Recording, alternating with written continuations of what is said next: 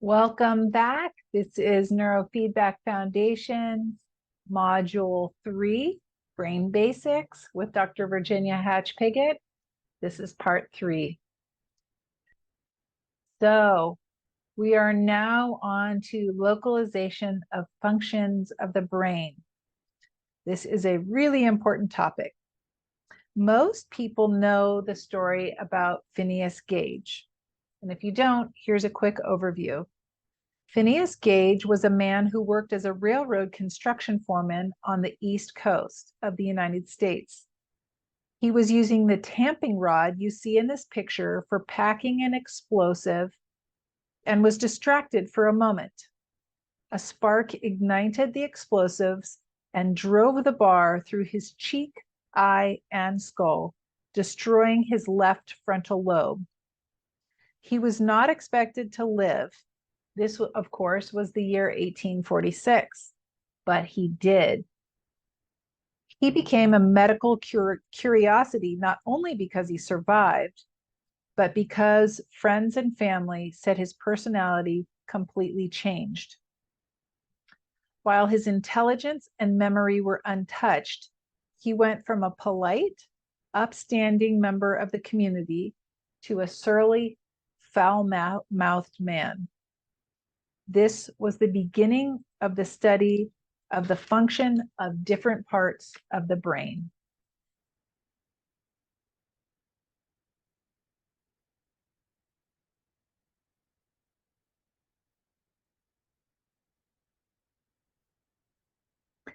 The brain is made up of several parts. The brainstem, where most autonomic functions occur, the cerebellum, which is responsible for balance and coordination, and the cerebrum. We're going to focus mainly on the cerebrum. The cerebrum is made up of two hemispheres, left and right, which are further subdivided into four major lobes. The occipital lobe towards the back of the cerebrum, the parietal lobes just above that and behind the ears, the temporal lobe above the ears and under the temples, and then finally the frontal lobes that are resting above the eyes. It's important to know the lobes of the brain because it also helps us locate functions. The occipital lobe is mainly responsible for processing and interpreting visual information. The temporal lobes are mainly the main processing center for sound, including interpreting language, as well as involved in short-term memory. The parietal lobes contain the somatosensory cortex, that means sensation and touch, as well as spatial processing and math skills. The frontal lobes are the largest and most complex of the cerebrum. They are responsible for executive function, reasoning, planning, and decision-making.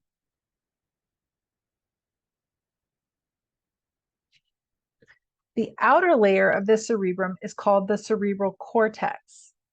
The cortex is gathered into folds and grooves in a configuration which is unique to each human. The bumps are called gyri, and the grooves are called sulci. The outer 3 millimeters of the cerebral cortex is called gray matter. It consists of cell bodies, dendrites, and glial cells. That's why it's gray. White matter, on the other hand, is made up primarily of axons and their myelin sheaths. It is the myelin sheaths, which are primarily fat, that give the white matter its color. So gray matter is gray because it contains mainly cell bodies, and white matter is white because it contains mainly axons with their myelin sheaths. Each part of the brain works together with other parts of the brain to help us navigate the world. Therefore, we need to understand that the connections are just as important as the parts they connect.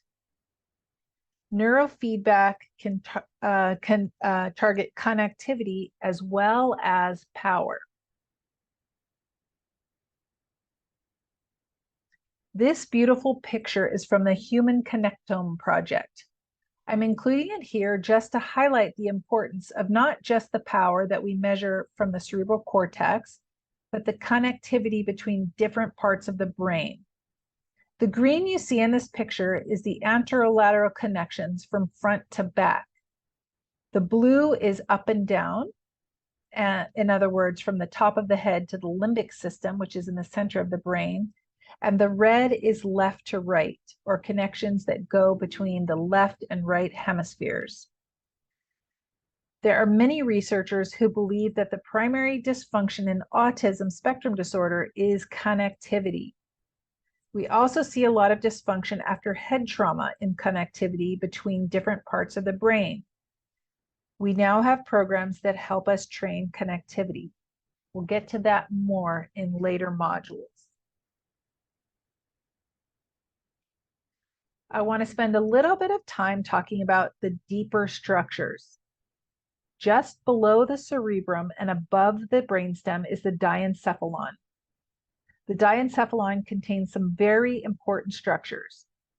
Briefly, they're the thalamus. The thalamus functions as a relay station for sensory information and serves as a gate to filter information. It also helps regulate sleep and wakefulness. The pineal gland. The pineal gland is an endocrine gland that secretes melatonin, which is plays an important role in circadian rhythms. The habenulae, these are two small areas thought to be involved in reward processing, and the hypothalamus. The hypothalamus plays a role in connecting limbic structures to the autonomic nervous system and the endocrine system. In addition are the limbic structures, the amygdala, hippocampus, fornix, cingulate gyrus, and the parahippocampal gyrus, all just inside of the temporal lobe. The limbic system is associated with emotional memory and regulation. The amygdala are almond-shaped structures located immediately anterior to the hippocampus.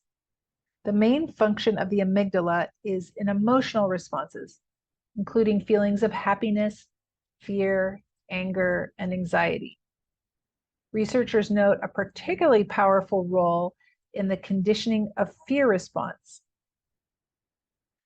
The hippocampus plays a significant role in learning and memory, especially transitioning short-term memories into long-term memories.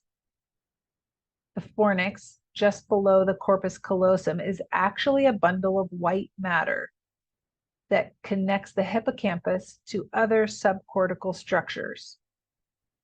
The cingulate gyrus is the C-shaped band of cerebral cortex, or gray matter, that lines the medial aspect of the brain, just above the corpus callosum. Its dysfunction is strongly correlated with OCD, PTSD, eating disorders, and anxiety. The parahippocampal gyrus is the gray matter region that surrounds the hippocampus and plays a key role in spatial memory, scene memory, and episodic memory.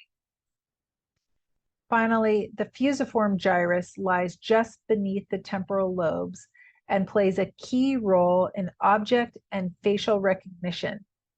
In fact, dysfunction in this area is associated with interacting appropriately in social situations. fMRI studies have demonstrated hypoactivation of the fusiform gyrus in individuals on the autism spectrum. It is important to note, however, that dysfunction in this area is not equivalent to autism spectrum, but may play a key role in other issues, such as social anxiety.